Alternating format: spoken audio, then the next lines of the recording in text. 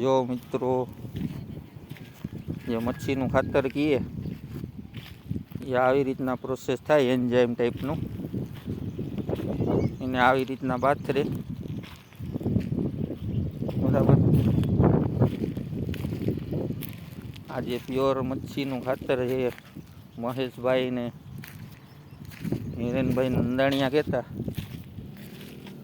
એ બનાવવાની પ્રોસેસ છે, બરાબર. આવી રીતના વેસ્ટ માલને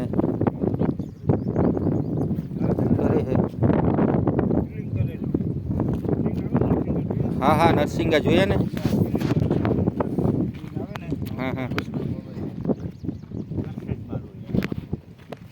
ઓકે.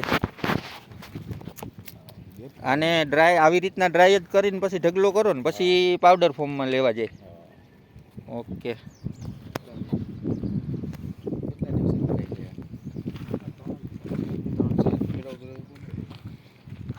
જો આ તૈયાર થઈ ગયો છે, અને હવે પાવડરમાં જાશે, બરાબર.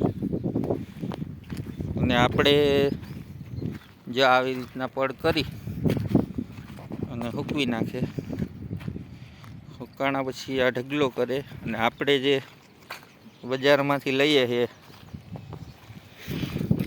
એ આપણે જો આ વેસ્ટેજ ભૂકી આપે.